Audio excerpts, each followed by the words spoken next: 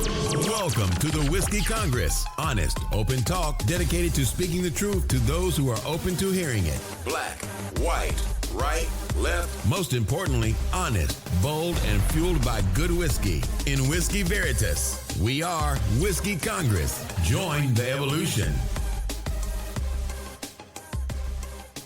Whiskey Congress is back in session after a week hiatus. We spent some time last week in Kentucky witnessing the marriage of Ben and Nisha. Ben's been a friend of the show. He's been on here multiple times. So it was a great time. It was just a really good trip. And I just want to say congrats to the two of them. I don't want to belabor it because I don't know how much they would want aired. But it was a beautiful ceremony. I appreciate them having us out. Had a good time, smoked some good cigars. Food was great. Really nice venue, both venues.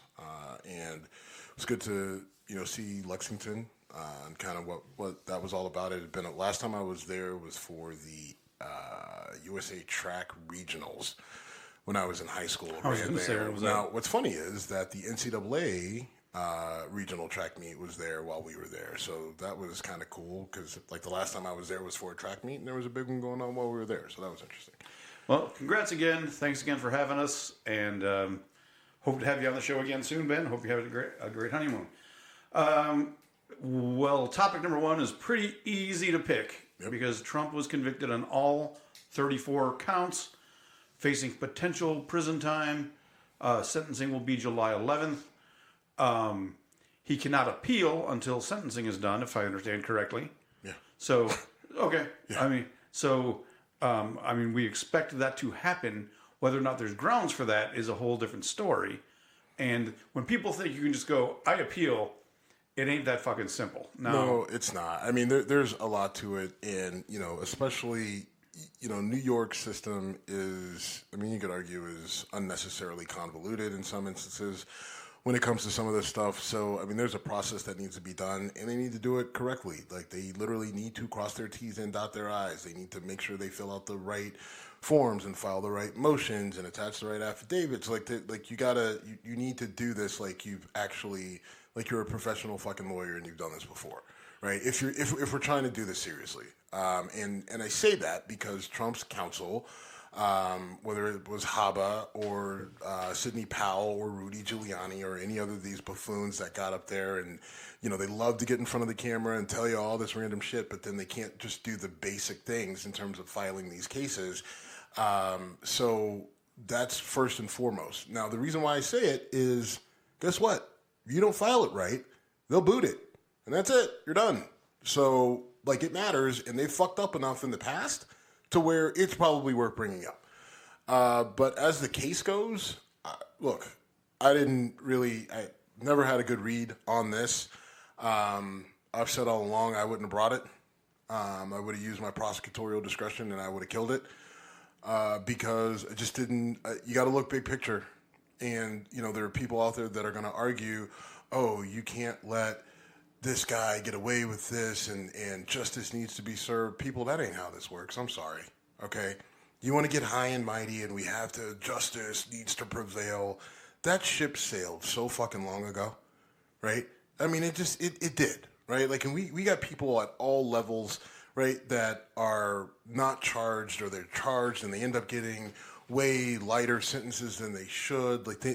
Deals are worked out across the board from two-bit criminal, two-bit thugs on the street, all the way up to, presidents of the United States and actors and senators and governors and CEOs. And the system isn't what it was meant to be. It's not this blind justice of objectivity. That is long gone, right? So because of that, we have to deal in the real world, what we're dealing with right now. And what was the value of this, right? What did you gain? Right? Congratulations. You convicted Donald Trump, Alvin Bragg. Congratulations. You also might have just sunk our fucking country because you convicted him on bullshit. Did he break the law? Yeah, technically. All right. Yeah, technically. But in your right mind, does it make sense to bring the former president of the United States up on a charge of bullshit accounting on a campaign fight? No, it doesn't. Now, Georgia, where he goes in, right? And we all heard him say, go find me the votes, right? And he's trying to manipulate the election. You nail his ass to the wall there. Yes. Charge him with that shit. January 6th. Right? Charge him with that shit. Right. Like, January 6th is different. Like, I differ on January 6th because you're going to have a tough time there. I don't think you have a great case there with him, right? There's plenty of... There's plenty of like circumstantial there, but like in terms of intent and everything else like that one's going to be tough. But on the documents case, right, where he just blatantly wouldn't give the shit back when they're like, look, you had this shit for damn near a year, like just give it back, dude, right? To where he forces the DOJ to issue a warrant where they got to go and get the shit. Then he lies about it. Then he's hiding stuff. He might have sold stuff to, other countries or showing people just whatever because he thinks it's cool. Charge him with that shit. Nail his ass to the wall. And I don't even know if we'll get that case because the judge that's on that one has pushed things back so far. That one probably doesn't happen until after the election. And if he wins the election, he's going to figure out a way to get that killed. Right. Because that's a federal case, right? Right. So he's got control. Yes. So what I'm saying is those two cases, yes, bring them. Bring them with everything you got and nail his ass to the wall, right? Because he can stand on those. This one, they already can't. The state of New York already can't stand behind this. They already can't stand. They're going to try, and they're going to look like absolute fucking idiots because, congratulations, you got the former president of the United States on this bullshit charge, right? Now his people are all fucking worked up. He's a big martyr now. He's fundraising off of it. Yeah, right? He made like $35 million in a couple hours, apparently. And guess what? If he becomes president, he's going to come after your ass. He is absolutely going to come after your ass, Alvin Bragg. And ain't nobody going to be able to save you. And it is what it is. Like, I'm not even going to feel sorry for you because it was utterly ridiculous to bring these charges. Was it did the jury make the right call? Yeah, I guess. I don't know. Right? Really, I'm really at a point where I can't even fucking tell you. Right? I mean, because what they're charging him with, right? It's campaign finance, it's accounting, it's like it's okay to pay her off, but you can't pay her off and say that it was a legal fee instead of a campaign contribution or whatever. Like, okay, yeah, okay. Right? Now, mind you, you do realize that Congress, all of your congressmen, right, have access to a slush fund to pay people off to do this very exact thing. Well, wait, what do you mean? Every member of Congress, right? Every member of Congress has access to a fund that they can use to pay people to shut the fuck up. Go away. Right? Okay, I did not know that. Taxpayer funded. Taxpayer funded. Your tax dollars go into a fund that every fucking congressperson, whether it's Nancy Pelosi or I don't know, pick a congressperson, pick a Republican. Mike Johnson, whoever, right? Any one of them can access. They need somebody to shut up. They need some money to make somebody go away. Then they have access to that fund. Okay, I did not know. You didn't know it. Yeah, nobody fucking knows that, right? So we're going to bring up Donald Trump on this? Are you kidding me? I mean, this goes back to my thing, though, with if you drive by the police station going over the speed limit, you're fine. Drive by the police station going just over the speed limit while giving the double bird to the policeman. So Alvin Bragg definitely had a burr up his ass. He definitely wanted to take down Trump. Trump pushed those buttons. And here's the thing. And I'm not saying that's cool, by the way. Hold on. I don't know. We don't know if that. Here's where. Did Bragg really want to do this, or did he get external pressure from the state or the feds? Right now, every Republican is going to say that Joe Biden and his administration put pressure on Alvin Bragg to bring these charges, right? Because they had previously decided they weren't going to bring them. The state said they weren't going to bring them, right? And now all of a sudden he brings them. So the logical conclusion is that pressure came from somewhere and it came from the White House. I don't know that to be true. No one has provided any sort of evidence that is true, but I do think it is odd that these charges came. Right. And so, again, to be clear, right, because people are going to take what I said in the first few minutes and say that I don't think that I think Trump is above the law. No, what I'm saying is there are better options to get him, right, that you can stand on, that you could support, that you could say we got, right, and that justify the pomp and circumstance of taking a former president up on criminal charges. I don't know. This to me, this doesn't reach that standard. You want to say there's a double standard? Yes, there is. Do you not like it? This just in, right? I don't really give a fuck if you don't like it. I don't give a fuck if you don't think it's fair. I don't give a fuck what you think about it. You know why? Because that's the way it is, Bubby. Right? And all your pissing and moaning on social media and tweeting about it and being all upset doesn't fucking matter. At the end of the day, this is how the real world works. Right? And unless you've been in that courtroom and you've been at one of those tables as a prosecutor, as a public defender, or a criminal defense attorney, or a judge, honestly, I don't really give a shit about your opinion on this. That's just how it is. That's fine. Right? I've been there, you haven't. Absolutely. Right? Like the NFL player, right? Like I played, you didn't. Sometimes that's just it is what it is. Right? And so and that's the world that you have to operate in if you're the prosecutor, if you're the criminal defense attorney, and if you're the judge. And so when I'm looking at that, like again, you have to look at the big picture. You shouldn't have to say, if we do this, what does it do to our republic as a country? But guess what? You do, because this is that's the scale of what the magnitude of what you're dealing with when you're talking about charging a former president of the United States. Sure, but then because if you're wrong, guess what? What do you have? What's that word that nobody wants to hear? Starts with the B and ends with a nana. Banana Republic. Right? Because then it's just like, well, if we don't like that guy, then we can just bring him up on charges, right? And we're already seeing both Republicans and Democrats are doing tit for tat. You impeach our guy, we're going to impeach your guy, right? If we can't get you on this, then we're going to go and we're going to impeach the Homeland Secretary of Defense guy, right? You're seeing it happen in real time already. I will not go along with the Banana Republic thing, though, because in a Banana Republic, he would have been in jail. In a Banana Republic, you don't get a trial. How do you think they start? Do you think they start directly just... I think they start with a military takeover. Sometimes. They don't always have to. And guess what? We're writing a new playbook, bud. Well, we don't have to slam it home on the first stroke. Take it easy, just a tip. All right, I don't know where to go with that. It's easy. You know exactly where to go. This is the start, right? And they got to clean this shit up pretty fucking quick, or this thing is going to tumble out of control. And you don't have to like it, but that's just the reality of what you're dealing with here. I'm sorry, this was a mistake.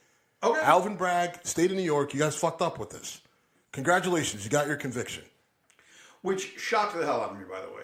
I was saying all along it was going to be a hung jury, and I'm shocked that it wasn't. Not only shocked, but I mean, they deliberated for 10 hours? It was quick. It's like 2 days. And that's kind of where I'm going to go is, prior to January 6th, I predicted there would be violence. Unfortunately, I was right. And people are saying, well, this is going to lead to whatever. There was no one knew when the jury was going to come out of deliberations. So there was no opportunity to organize. Now we've got sentencing coming up, and that will be an opportunity to organize. Now, what it looks like in New York City compared to D.C., I have no idea. But I'm not going to lie and say I'm very concerned.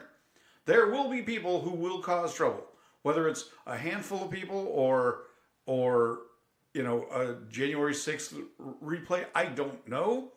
I frankly don't want to speculate. Now, I will also say that while I understand your sentiment, I would not say that you should not do it because it offends people. What? Charge. It's not about offending. Okay. This isn't about offending him. I am talking about the stability of the fucking country. I don't give a fuck about your feelings or being offended. I'm offending a lot of people right now. Okay, what I am literally talking about is our Constitution, the stability of our country, the ability for us to move forward and continue to govern as a civilized society. That is what I am talking about. Okay. And if you have enough people who feel that the president was taken in a sham, convoluted court case, and then you get violence. And it's violence that you can't get under control. And when I said feelings, I wasn't talking about Trump. I was talking about the people who react that way. Yes, but I'm saying that it is bigger. So it is about feelings. What it's about is people who take those feelings and then turn them into action. And we already saw it once, and they did a bad job of it January 6th. So now they're going to get another crack at it, right? And be even more pissed because of what and who this is happening to, right? Yeah. Like, and I'm sorry, that matters. No, I understand what you're saying, and I'm not going to disagree with that. I mean, he has now been officially made a martyr. He is now And listen, prosecutors it is called prosecutorial discretion. Just because you bring me a case and you say this is a slam dunk, I don't want to bring it. You have to. The fuck I do. And you know how I know that? Because I've heard a prosecutor say it. They don't. They just like people think, oh, well, it has to be. No, prosecutors do not have to charge if they do not feel, if they have a reason not to. It happens every day across the country. They decide not to charge even though they've got grounds to do so. And so what I'm asking is that to be used appropriately when we're talking about former U.S. presidents, secretaries of state. You know when this happened? Last time we saw the big display of prosecutorial discretion? Go ahead. Hillary Clinton. You know why? Comey probably should have, charged her for the whole server thing. By the letter of the law, she broke it. I don't know enough about how those laws are I written. do. Okay. That's the difference. I do. She broke it. Okay. And again, if she'd been charged, I wouldn't have batted an eye. Well, but you also, at the time, you know what you know now, but back then you would have been, yay, because you were very anti-Hillary. I was reasonably anti-Hillary. I won't say very, but I was certainly not a fan. Still not a fan. But anyway, it's Well, not anyway. That is exactly what we're talking about, though. Why did Comey not charge her? His exact words were, no reasonable prosecutor in this position would bring charges against her, given her position, for this. I'm not charging. All right. I mean, I'm not. I mean, that's okay. That's this. I'm not arguing with you. Right? I mean, but what I'm saying is, like, so I also don't want to poo-poo it or swept under the rug because you have a prime example of why this didn't need to happen. Right? And again, I'm not saying that Trump should not be prosecuted for the shit that he's done. I'm saying you got to pick your battles. This wasn't the one that you should have picked. You had Georgia. You had the other cases. Put your energy into that. Sorry, New York. Sorry, Alvin Bragg. You don't get this one on your trophy case. I don't care. Actually, you do. Well, now he does. Yeah. Now he does. At what cost? I don't know. Well, hopefully it works out. Hopefully it works out. We don't lose our republic. The country doesn't go down in flames. And this all is just a fucked up period of time in history. I hope so. Right? But we got enough going south right now where I just don't feel confident in that. Look, if you want me to join you in your concern for domestic instability, I'm there. I've been there. I mean, the neighborhood I live in is the house I live in is a mile from a corner that has had Trump rallies time and time again. I mean, I've driven past them well after 2020, and I will be surprised if over the course of the next week, when I go to the grocery store and go through that neighborhood, if I don't see a Trump rally. I will be shocked if I don't. And I want to jump topics real quick and just jump into the pettiness that we've been experiencing as a country. Like, Trump is petty as fuck. He nicknames everyone some insulting name. He called Nikki Haley bird brain, crooked Joe, blah, blah, blah. And I hate that shit. And I've been a fan of the Lincoln Project for the most part. But they put out commercials, and most of them have substance. Most of them are quotes from people who've worked for Trump who are saying this guy's not fit to serve. I want that. I want that out there. And then they ran another commercial that was basically just making fun of the fact that he wears a diaper. And I'm like, that's Jimmy Kimmel's Saturday Night Live bullshit. I mean, if you make it funny, make it funny. But if you're the Lincoln Project, you should be above that. We don't need to give them any more oxygen than that if you don't want to. But I'm very disappointed that they went that route. And, it's so funny to make fun of poopy pants. Well, great. But you're supposed to be a serious political influencer, and that's where you're going? So anyway, that's just a beef I had. I want to get on the air. Yeah, I mean, I think you were giving the Lincoln Project a little too much credit. like they tried to hold it together as long as they could. But when they saw that they couldn't organize to really get a candidate on the ballot, and not all their fault, there were plenty of forces working against them, both the GOP, the DNC, and then people's just general apathy. Everybody wants all these other choices, and everyone complains about the two-party system, but then nobody is actually willing to, jump into it. Now we're going to Israel next. So, all right. Yeah, I mean, I don't even know where you see Lincoln Project commercials. So it's on my social media feeds. Okay, I don't think I've ever seen them. I don't know if I've seen them on TV, but they pop up on my, the Young Turks covers them, and the Midas Report. The Young Turks have their own channel on YouTube TV. Yeah. Like no. Like I have YouTube TV separate from regular YouTube. That's it. Okay. Right. Like YouTube TV instead of Direct TV. Right, so then I go through all my channels. I got my CNN, I got my ESPN, I got my HBO, I got my whatever murder, rape, mystery, porn, whatever. And then Young Turks, they have their own channel. I thought that was weird. I think I know they've talked about it. I used to really like them. I've kind of lost a lot of respect for them because they've become more salacious, and it's more like. They're going more towards being Jimmy Kimmel than they are being legitimate news organizations or legitimate news organizations. I mean, I've never liked them because I felt that was obvious that was the direction they were going to end up going. They were trying too hard to be something that they just felt like everything with them felt insincere and contrived. I was proven right. And that's that. But is your arm sore? You pat yourself on the back pretty hard there. No, I've got pretty good mobility in my shoulders. I'm good. Israel, Palestine, Rafah. So earlier this week, there's an Israeli airstrike in Rafah, which is supposed to be basically a safe camp for people, Palestinians, for the Palestinians. Yep. And Israel says, "All right, everybody out of the east, go to the west. You'll be safe there. We're coming in to strike it." So people escape from the east. They go to the west, and then Israel unloads an airstrike in the west. Now, Netanyahu comes out, says, "Oh, it was a tragic accident. We didn't mean to do it." Okay.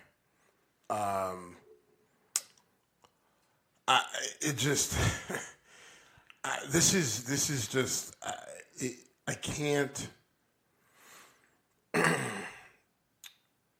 lot of the things that I want to say I can't say, just can't. But this wasn't an accident, in my opinion. Okay, I'm sorry. I just don't believe that it was an accident. That it was a miscalculation, right? Like you just killed those people. You killed them. I don't know why you did it. They say, oh, but yeah, there were two. Like, because they also said that they killed two people in Hamas, right? Two high-ranking officials in Hamas. So either it was an accident, or you intentionally went after these two people from Hamas, and you just didn't give a shit about the collateral damage, which was the civilians that were mostly women and children. That's not an exaggeration. We've all seen the pictures. We've all seen the bodies. You killed these fucking people. You didn't give a damn about their lives. How the fuck is that not a war crime? Can someone explain that to me? You just dropped a fucking missile right in the middle of all these fucking people, basically on live TV. I didn't see it.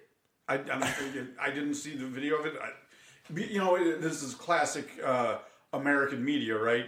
We've got salacious Trump story on one hand. So if I'm watching MSNBC and CNN, I'm not going to see. I don't know how you did. I mean, it was all over earlier in the week, so I wouldn't. I'm not blaming the media. I'm just saying. Okay. Somehow you missed it. I don't know. I mean, but I would. Don't blame the media on this. Don't blame the media on this. Where did you see it? Oh my God! I mean, I saw it. I'm saying I don't think I saw it on CNN. I saw it. Al Jazeera. Social media, like I saw it, TV, social media, phone. I don't know, pigeon carrier. It was everywhere. I typically start my day flipping through news channels, and I did not see this. I'm not saying it wasn't covered. I'm saying I managed to miss it. And coverage of everything has been Trump trial. I mean, everything. And it sells. I get it. I don't know. I mean, there's so many images of like starved kids that still like they were going to die, but they died prematurely because of this airstrike. Like again, women in look. I watching Steve check himself. Hamas is why this is happening. Just so we're clear. Sure. Okay. And Hamas is not innocent in this. Hamas uses the Palestinian people as shields. They hide amongst them. They build in their place. Like they put these people directly in the way of danger. And we know that. So to a point, Israel's like, look, we have to get rid of Hamas because otherwise they won't stop. So we got to do whatever we got to do, which means we're going to have to kill innocent people. That's where Israel is. And as an American, with the blood that's on our hands, how dare I judge? But fuck, man, you're doing it right in the wide open. And you're not doing a good job of trying to cover it up. You're barely lying about it, if you even are. I just, what am I supposed to do? We're just watching these people get fucking slaughtered. Yeah. 40 for 2? Even if it was fully intentional, so it was worth killing 40 to 50 people, innocent people, to kill 2 high-ranking officials in Hamas? What are we fucking doing? And if you want to tell me that the Americans did the same thing, we're just as fucking bad. All right, but like that doesn't make it. That's my whole thing. Right, it doesn't. Bill Cosby calls Harvey Weinstein a rapist. They're both fucking rapists. Right. So just because we've done awful shit, and we have, I mean, I'm sure there are people in Iraq who hate us as much as they possibly can because of what we've done. But that doesn't mean we get to look at Israel and go, well, you get to do it too. The whole tit for tat, you did it, I did it. Like, it's a garbage argument. And you can't, I won't let that derail it, right? Like, yes, I'm an American, and American has blood on our hands. We've done grimy, horrific shit. You're absolutely right. Okay, but that doesn't mean that I have to just sit there and it doesn't mean that, all right, then the standard is grimy and horrific for everybody. I know you are, but what am I is not a legitimate foreign policy. Just stop with it. Like, can we just all look and figure out a way to stop this? Figure out a way to stop these people from just getting killed and slaughtered in the broad day on camera for everyone to see. Over and over and over again, and then I got to listen to Netanyahu. Like, at some point, I want to hear him say, "Yeah, that's the choice that we made. Hard choice, terrible, horrific, had to be made, had to be done. Do that, own that shit at least. Don't fucking lie to my face." I'm with you on that. I hate when people say shit like, you're full of shit. I know you're full of shit, but you're gonna stand there and say it and just And what I'm having flashbacks to is I don't remember the name of the Taliban leader that we took out with that ninja blade. Oh, God, I literally have had nightmares about that drone. But we took out an individual with a drone. Yeah. Israel should have that same capability. They do. You got 2 people you need to take out, 2 drones. Done. And I know it's not easy. It's really easy for me to sit here in my studio in Cleveland going... You know what? It's not easy. What's that? It's absolutely not easy. It's absolutely not easy, and that's why we have majors and generals and colonels and a chain of command and all these checks and balances, right? It's why we have precision bombs. It's why we spend trillions of fucking dollars on our defense, because it's not easy. And it's why we spend billions, if not trillions of dollars on Israel's defense, because it's not easy. Right. Not easy is not a goddamn excuse. I don't care if you're a cop or a military person. I'm tired of that shit. Oh, it's not easy. Then you punk ass bitch. Then take the fucking uniform off. You're goddamn right. It's not easy. Make better choices. You're supposed to be better. Be better. Across the board. I am so sick and tired of. It's not easy. It's hard out there. You signed up for it. Oh, and by the way... you signed up for it. Using a drone, if you're the person operating that drone, I'm not saying it's easy or whatever, but you're not getting your hands dirty with that. And what should not be easy is saying, I'm willing to give up 50,000. Don't go down that road. What do you mean? I don't know. Because, yeah, flying a drone, shooting a missile is very, very impersonal. It is not, I'm going to walk up to you and I'm going to slit your throat with a knife. You are correct. But don't think that these people who fly the drones, who fire those missiles, that shit ain't easy. The mental shit that they go through. Oh, but shouldn't the mental shit they go through to bomb 50 people be a whole lot worse? Dude, I'm just saying. All I'm saying is, don't attack them for as if they can just do it. They go home, they go to sleep at night. Bang, bing, bang, okay, bingo, bang. If that's how it came out, that's not how I intended it. Right. I just meant to say that if you want to be precise, you're doing it from an operations room, not boots on the ground. I mean, look, if you want to be precise, then go, send in a ranger, send in a SEAL, and just, like I said, slice their throat, take a picture, do it, you know what I mean? Right? But obviously you can't do that all the time, so you use the various weapons that you have. And maybe they didn't have a choice. I find it hard to believe. I find it very hard to believe that you had no choice but to bomb this particular area that is surrounded by innocent people because this is the only time that you were going to be able to kill those two particular people. I find that very hard to believe. Well, and I'll put a bow on it and basically echo your sentiment in saying that you can't have it both ways. You can't say we took out two important targets, but it was an accident. Yes. Right? You can't have both of those. All right. Back to domestic politics. The Libertarian Convention? Didn't go great for Trump. One of my Trump-loving buddies from my Irish pub says that, he was received warmly, and I'm like, no, he wasn't. He was... Yeah, you know what? He was sparring with the crowd. You don't spar with the crowd if you're feeling welcome. Here's the thing, though. It depends on when you were watching it, right? Because initially they were booing, right? He says that he's gonna put a libertarian on the ticket or on the cabinet. Who? He said he would put a libertarian on the cabinet. No, that's not. I mean, that wasn't what they got excited about. They got excited because he said that he was going to pardon somebody. I forget the guy's name. Whoever was a libertarian, I can't. It wasn't. Forget who it was, but the Silk Road guy, the guy who came up with Silk Road. Apparently, I didn't know libertarians were obsessed with the guy who did the whole Silk Road. And Silk Road basically was your black market for weapons, trafficking, drugs, all that sort of stuff. And then he got busted, and everybody, all the libertarians got all up in arms because, we should be allowed to do this. And so Trump said, hey, someone gave him a name and said, hey, tell them that you'll pardon this guy, and they'll love you. And he said it, and they did. So libertarians, I can no longer take you seriously. You're sitting there booing, right? Boo, we don't like you, Trump. Hey, I'm going to do this thing that you want somebody else to do. Oh, now we love you? Come on. That at that point, libertarians lose all credibility, right? Yeah, but here's the thing. He says he's going to pardon this guy.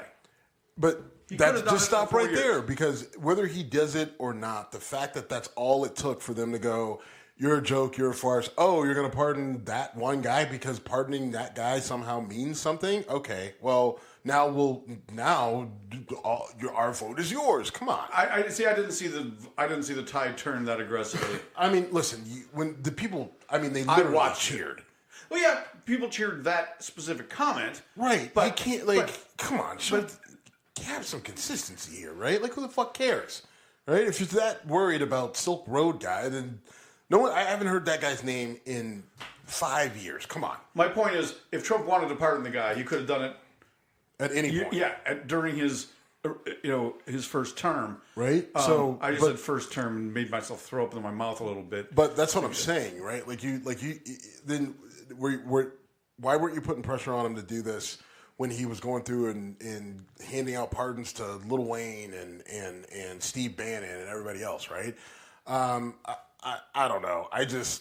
Libertarian Party kind of loses some credibility with me after that whole nonsensical thing. I don't think it really helped Trump one way or another. Robert Kennedy seems to be kind of just starting to fizzle finally. I thought he might have been able to get some traction. I think that there were ways to work him and Haley. There were ways to, even if you want to take RFK out of it and just, think about Haley. But it doesn't look like anybody is going to be a real serious third-party contender. And so we're kind of stuck with what we got. Ross, I had to look it up, but Ross Ulbricht is the guy's name. Yes. So it was Free Ross was the sign that was in there. There was also, by the way, a Secret Service job to take away rubber chickens that said "Debate Bobby." So they wanted Trump to debate Robert Kennedy, and they were bringing in props to encourage that, and the Secret Service confiscated those props. Who did they nominate as their person? The Libertarians. Oh, it's going to be about Robert Kennedy for sure. Are you sure? Yeah, pretty sure. Are you? What are you basing that off of? Who else? But are you basing that off of numbers? Because I don't know if that's actually true. I don't know if he won their nomination. You know what? I don't either. I don't know if it's official or not. I do know that the state of things is so fucking weird. I mean, your comments about the New York trial notwithstanding, the state of New York charged a former president of the United States with 34 felony counts and convicted him on every count. Whether it's a bullshit case or not, I hear your point. I agree with you that you need to weigh repercussions, and prosecutorial discretion is a big deal. The Libertarian Party selected Chase Oliver as its presidential nominee on May 26, 2024. Okay, which brings us to the obvious question. Who the fuck is Chase Oliver? Told you. Alrighty. You asked me about my arm being sore from patting myself on the back. It's starting to get a little tired. Fuck you. All right. So moving on, Joe Manchin has declared himself an independent, no longer a Democrat. That matters. Why did he do that? Is he running for Senate again? Or he just stepped down? Or is he running for governor? Or what's he doing? I don't know. What's he doing? What are you doing, JoJo? I think he knows that in the state of West Virginia, the term Democrat is a toxic term. And so obviously, but I mean, he made the big pomp and circumstance about retiring. He wanted to go on the road and talk to the people and all other stuff, and now he's registering. Live on his houseboat. Yeah. So I'm just curious, Joseph. What are you doing? I'm just curious, and I don't want to bash him because I might need him. All right, so then let's move. That's kind of a natural segue because you said we had a listener. Yeah, listener just wanted to know, how do we end up with so many bad candidates across the board, right? And I think, honestly, a lot of this, it probably starts prior to the Tea Party movement. But I think a lot of it is born of the Tea Party movement, right? And so maybe if you get to the root causes of where the Tea Party came from and why they sort of blew up the way that they did, right? Like they kind of had that rise and then they kind of fizzled out, right. But then they fizzled into MAGA. But I think that was that's what kind of spurred it, because the Tea Party came out loud and proud, hard right, conservative, borderline racist, saying the things that everybody else was afraid to say about the Mexicans and the immigrants and the Negroes and everybody else. And so they were saying it, they were getting slapped on the hand, but there wasn't a ton behind it. And so they were kind of stirring the pot, and they weren't completely out there with the conspiracy theories and everything else, but they were definitely... Yeah, they started that ball rolling for sure. Started the ball rolling, but you know who did around that same time start with the bullshit conspiracy theory was who? You go with Alex Jones? No, Donald Trump. Birtherism. Oh, birtherism, yeah. Right? So he does that, and then he gets all this momentum behind him. Other people, we need to see the birth certificate, right?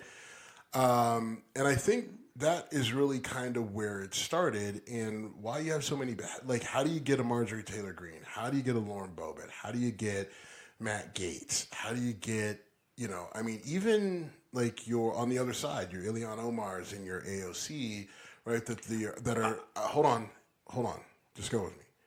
The extreme on the other side, right? Now AOC has kind of tamed herself. Ilhan Omar has not, and whatever. But the reason why you get these types of candidates, like Trump, really is kind of I think the Tea Party movement and Trump's birtherism is how you get to the point where you have the candidates that you have, because there really wasn't a penalty for the Tea Party coming out and saying and doing what they were doing. There wasn't a penalty for what Trump said, even though it was bullshit, right? Stirring the pot about birtherism, stirring the pot about Obama being gay and smoking crack in a limo with some guy after church.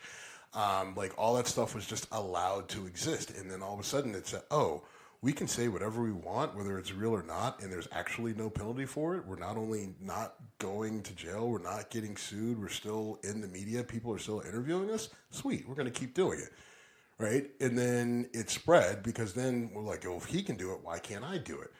And then really the big issue is we as a society are so self-centered and so focused on just sort of keeping up with the Joneses, right? Everybody, like, if you're a suburban family, you got a couple kids and the kids play baseball and soccer and cheer, and you're running around with your 2.3 kids and you got to take the dog to the vet, right? Mom works from home, dad works sales, right? They're just kind of, everybody's operating in this little bubble every week. Everything is the same. But everybody gets their information via social media, right? Or TV, but and people don't really congregate in big groups. Like they don't have the, big Sunday dinners, or, the big family coming in. Like that doesn't happen on a regular basis. So people isolate.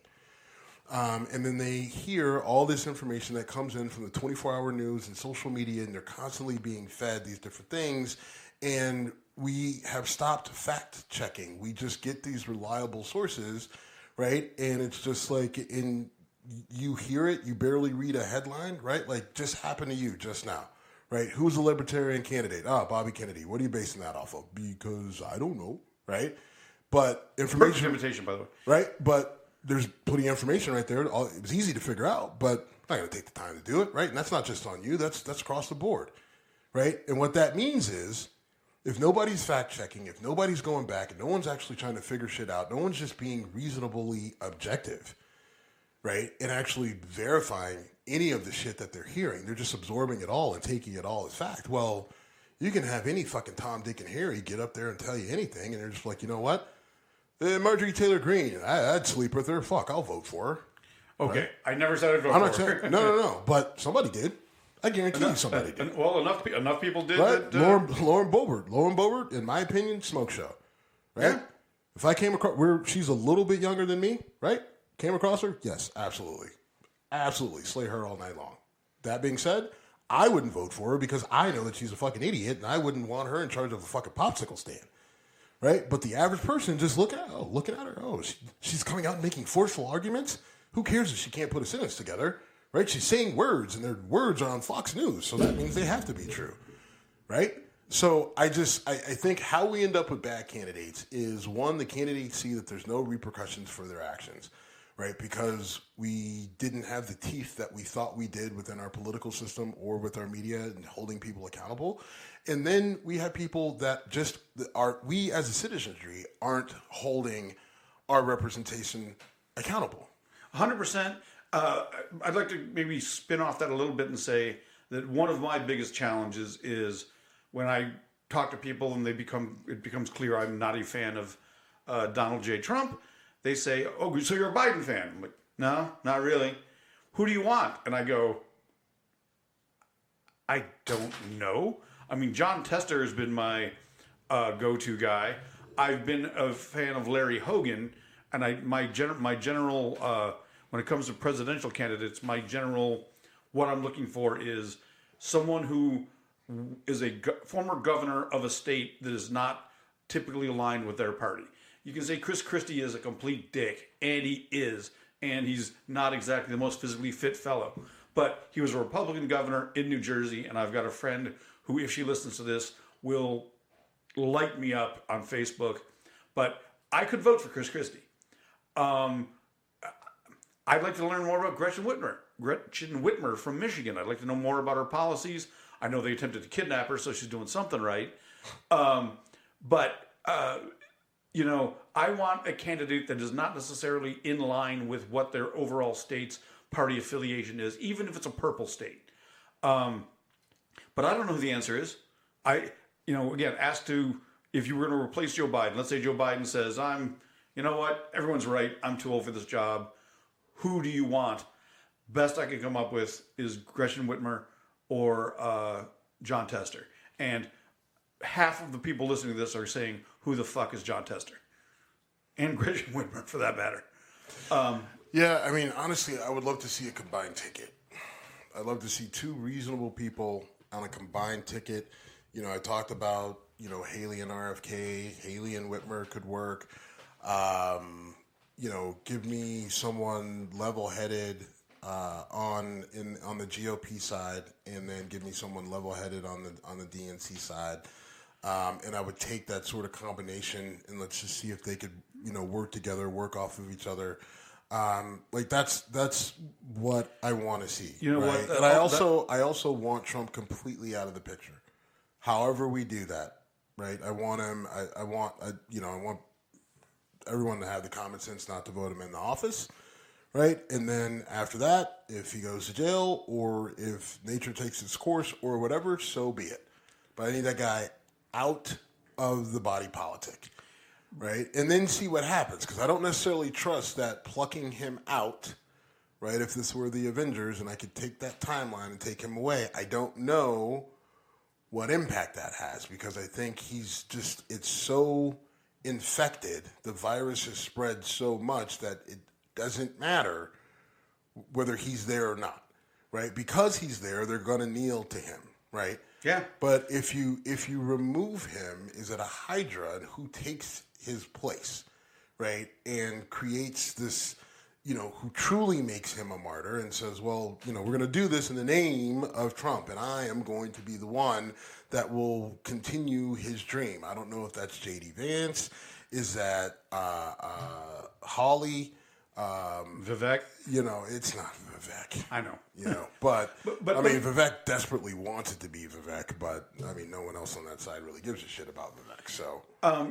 What you described almost happened in 2008, right? Mm-hmm. Joe Lieberman almost became John McCain's running mate, mm-hmm. and Steve Schmidt stepped in and said, we found our game changer, Sarah Palin. And by the way, Steve Schmidt is what? One of the founders of the Lincoln Project. Mm-hmm. So, in a way, as much as I want to say I like that guy because he did stand up to insanity, he also helped feed the beast.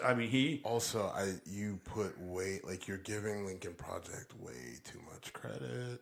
You're giving them way too much credit on they told you what they are, and you believe them. The problem is that they are full of shit. They just don't like Donald Trump. Yeah. But all the principles and the standards and all that other shit that they talk about, right? Upholding for get the fuck out of here.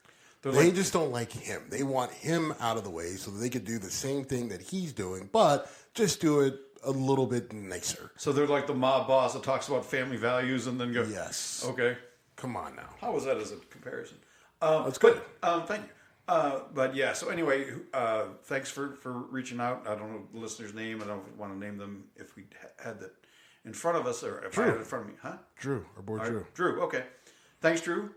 Appreciate you listening. Appreciate you reaching out. I believe, and I hope we answered your question. Well, I don't want to say too much about him. I hate that. I don't want to dox people, but I believe, if I'm not mistaken, I think he's a pharmacist.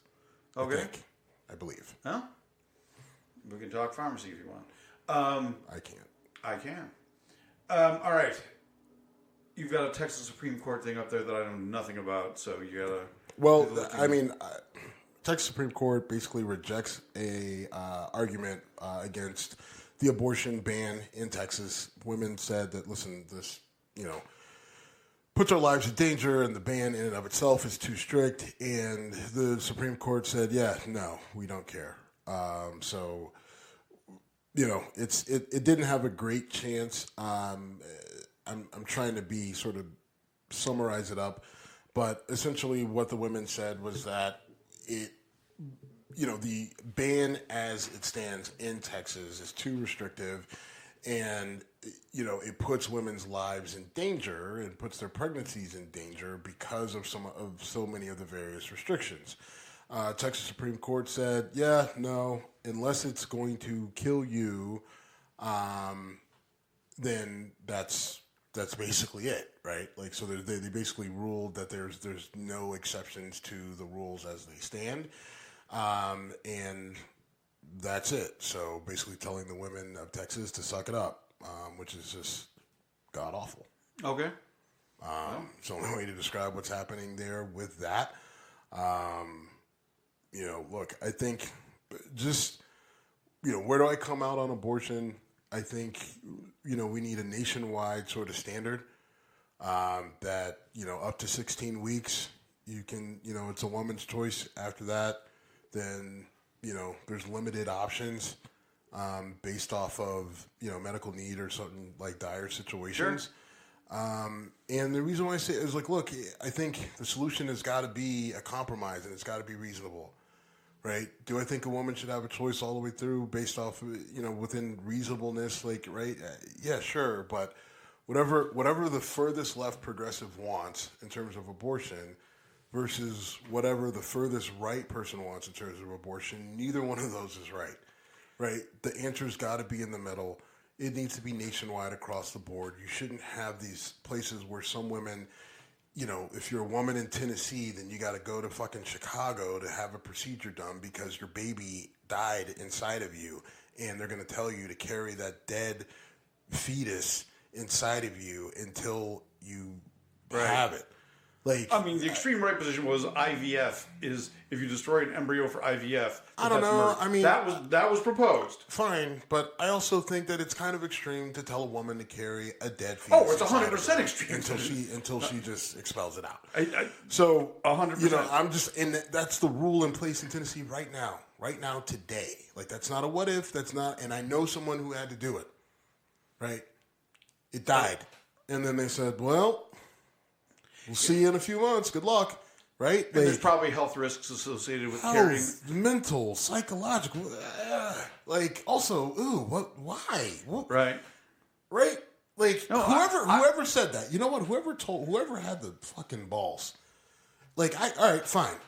Then I'm going to strap this dead fucking dog to you, judge, and you carry it around, right, until she has her baby. Let's see how that goes, right? I mean, it's not quite the same, but who in their right mind thinks that that's the right decision? Oh, based off the law, what? Where do we cover? We don't cover this in law school. Well, I was going to say use the term "in their right mind," and the disgusting part is it is 100% political. The notion that someone could actually look themselves in the mirror and say, "I need this woman to carry a dead fetus inside her." Until she delivers it. And then you just have to wonder, what is going on that we don't know about, right? Like, women are just like, I don't have the money. I can't go to the doctors. So now what's happening? We have no idea. No idea. And this is what... Because what they think, on the right, what they think is, well, the women are just naturally having the babies and they're going to raise them up and it's going to turn out great. And we all know that's not what the fuck is happening. Right. So what is happening? Which is why I've said, and will continue to say, this should really be between a woman, her doctor, and their God. If the whole liberals want to allow abortions up to 9 months, I've never heard anyone say that. They had Ted Cruz and Donald Trump out there saying that there were abortions after birth. Which isn't an abortion, it's murder, but okay. Come on. But, all right, exactly though, right? We're not talking about some schmo in a bar running his yap. We're talking about potentially the next president of the United States and Ted Cruz, who wishes he was still a relevant politician, but he's really not. All right, man. We're gonna go way over. There's topics. All right. So 3 things really quick. Yep. The first one, Russian state TV showing Tucker Carlson's show or airing Tucker Carlson's show. Tucker Carlson doesn't have a deal with them, so they're basically stealing his show and airing it on TV. He doesn't seem to have a major problem with it. What? Seriously. We know why they're doing it because he says the things that they love to hear. Sure. Right? Like, now people are like, oh, that's because he's a Russian agent, a Russian asset. I don't know.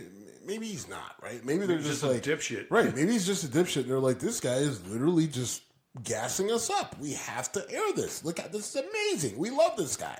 Right? Like, and if that's... I just can't believe that a dude that's a Republican, a conservative, whatever... growing up in the 60s, 70s, 80s, 90s, whatever, is just like, is proud to be in the situation that he's in. Right? Like, this is where, all the years with the bow tie and Crossfire and CNN and all that all the douchebaggery, this is the pinnacle. This is where you were trying to get to.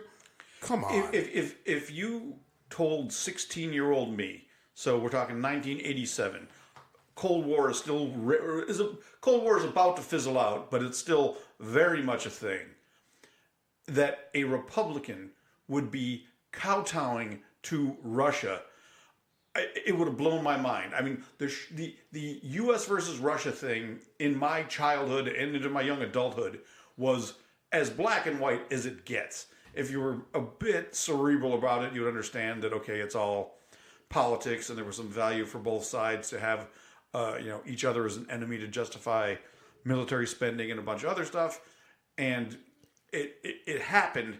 But the idea that in my lifetime, kissing Russia's ass would be not only not destroy you as a Republican candidate, but make you more popular I just cannot get my head around. I mean, there used to be shirts that would say, kill a commie for Christ. It was all about, we're religious, they're not. Communism is the ultimate evil, blah, blah, blah. And now you got Tucker Carlson over there literally kissing Russia's ass and not only being allowed to do it, but being rewarded for it. And I cannot get my head around that. But there's many things we've determined that I can't get my head around that are absolute realities. So that is what it is. My feelings on Tucker Carlson have been well documented. I am not a fan. Jumping into sports for a bit.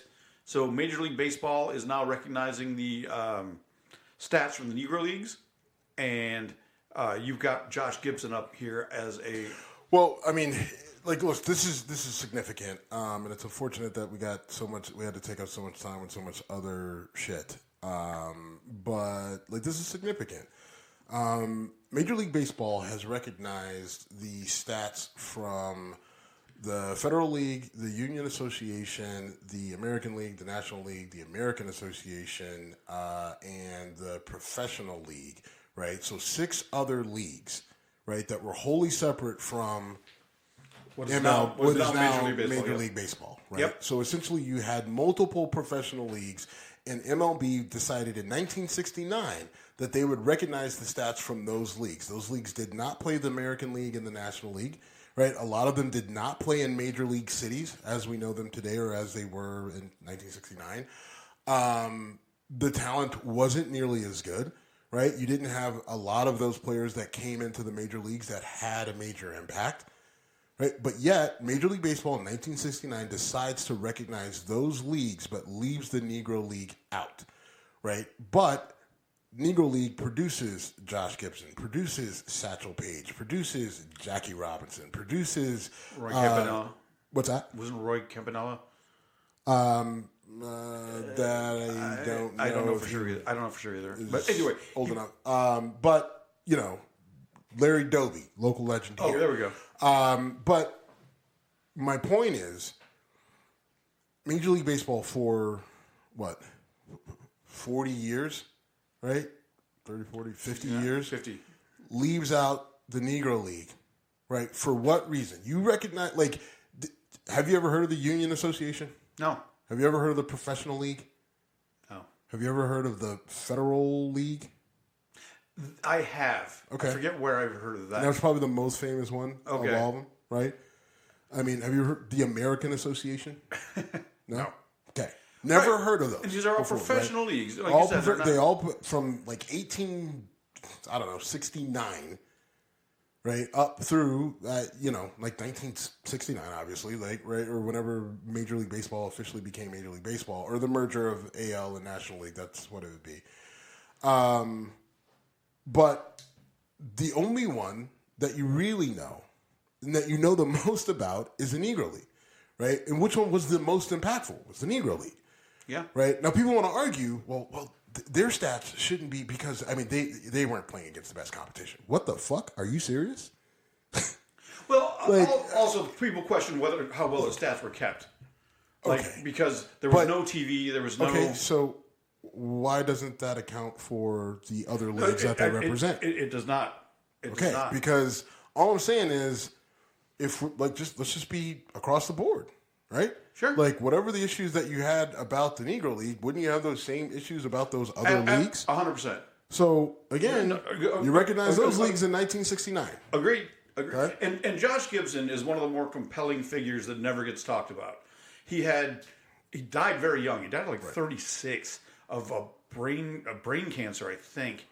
But he was one of the most... I mean, he was nicknamed the Black Babe Ruth. He was one of the most... Do you know why I put his name up there? I don't, but that... Well, the reason why is when they officially merged the stats, he became all-time stats leader in home runs dozen for sure. Categories. I think he's credited with 936 home runs. I think or something like that. I think that's the only one that they actually didn't give it to him. Okay. I mean, now I don't know. I don't know why, but he became the all-time leader in a lot, right? Which is crazy. Josh Gibson was I just read a lot. I was obsessed with the Negro League when I was younger. I got this Negro League Letterman jacket that I love. It's way too big. I bought it because when I bought it, they only had triple X's, right? And I wanted this jacket so bad. I've seen you wear it. I think. Yeah. You still have it. Oh yeah. Okay. Yeah, I'll never get rid of that jacket. If it fits you now. Well, actually, it doesn't. It's a little bit oversized because I lost a little bit of weight. But when I was pushing 300, it was actually a nice, comfortable fit. Now it's a little extra baggy. But I was obsessed with the Negro League. When I was playing baseball, that was, I love the sport, and the Negro League was so interesting to me.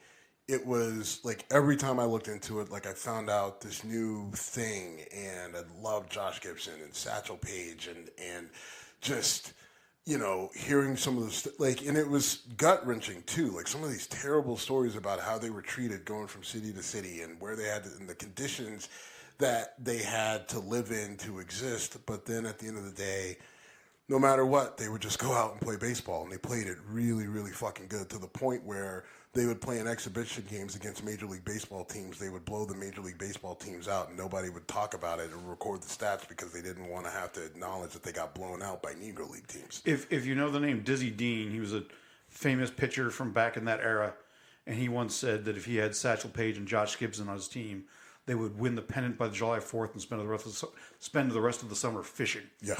I mean, they were that damn good. Right. And I don't know if you remember this, but when I first watched the movie 42, the movie about Jackie Robinson, I didn't like it the first time because they didn't talk about Josh Gibson or Satchel Paige. And then I backed off and the movie's called 42 because it's about Jackie Robinson.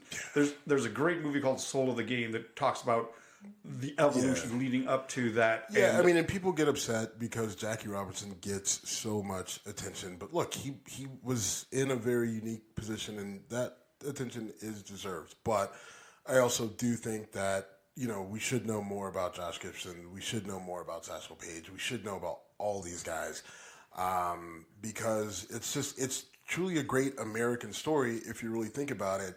The problem is that in order to hear this great American story, you have to acknowledge the really shitty part about the American story, which is where we don't like to people get hung up. But last thing. Bill Walton passes away, battle with cancer. Bill Walton was a really interesting guy. He, was a part of the UCLA dynasty in the 70s. Played for the Trailblazers, won a championship there. Played for the Celtics, I believe, won a championship there. Career kind of cut short due to injuries, but was a guy that once he, obviously I know him more as his time as a broadcaster. He was just like kind of everybody's cool uncle, he was really into smoking weed. He was really into cycling. He was a big hippie, but knew the game of basketball inside and out. I mean, some people hated him because they thought he was too, I don't know, whatever, I think the issue is people didn't like that Bill Walton really didn't give a fuck, and they didn't like how he didn't give a fuck. And like the fact that they didn't like him didn't bother him, and I think that drove people even more insane, which is why the people who hate him, that's why. Because there's not much you could say about the guy. I mean, what's the negative that, if you really think about what's the negative, right? He was real loud when he talked. Like, okay, I guess, I don't know, back up. But it was tough, and there was one thing that was posted. Oh my God, what's her name from ESPN? Rachel Steele? No, I can't think of her name, but the one girl from ESPN, she's got a show, and she showed a clip of where Bill Walton goes into the studio, and there's a picture of Bill Russell, and Bill Russell was Bill Walton's all-time favorite player. And Bill Walton just says, you know what? I'm going to take that. So he takes the poster, or he takes the picture, picture frame, takes it off the wall, gives it to some kid with a book bag, right? Like, there's a video of this, right? They recorded it. Gives the picture to some kid with, like, this little chubby kid, like, holding this picture with his book bag on, like, I don't know what's going on. And Bill Walton goes to the wall and signs it. Bill Walton loves Bill Russell and The Jump, right? The name of the show. And he signs it, and he dates it, and the girl's like, why, hey, Bill, why are you writing on the wall? He's like, oh, I took the picture that was here. And she's like, oh, okay, are you giving it back? And he's like, no, it's going home. It's with me and going on my wall. It's a great picture. I love it. And she's like, okay. Bill Walton just stole my picture. Took the picture off our wall. He's like, I'm not stealing it. I'm taking it back and taking it home. And everybody was like, okay, right? I mean, like, nobody else could do that. Like, anybody else, you're kind of like, if Randy Moss did that, people would be like, oh, you're an asshole, right? But Bill Walton does it, and it's fine, because it is fine. And you know that meant something to him, and he took that picture home, and you know he put it somewhere front and center and special where he could see it, and that matters. So rest in peace to Bill Walton, ambassador for the game. I've got two Bill Walton stories. One was when he confronted John Wooden about their policy on hairstyles, because UCLA didn't allow long hair. And he told John Wooden, I'm a grown man. I should be able to make my own decisions.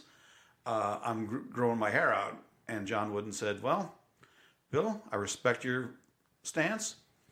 You are a grown man. You can make your own decisions, and we're really going to miss you. And he went, oh, okay, maybe I'll cut my hair. But my favorite story with him, and I remember listening to this live, he was covering a Chicago Bulls playoff game. And if you know the name Tony Kukoc, I know you do, but many people may not. He was a player for the Bulls who was not a great defensive player, to be kind. And Bill Walton is doing color commentary, and his response was, all right, the Bulls are doing this and this, and they're going to put Tony Kukoc on this guy, but Tony Kukoc struggles when he covers anybody. And I literally burst out laughing. Like, he was going to try to say struggles when he covers, small, quicker guys. It's like, no, this guy just can't guard for shit. And Bill Walton was definitely a straight shooter. So RIP Bill Walton. I think we're done. We are at Whiskey Congress on Instagram and Twitter. Thank you, and we're done.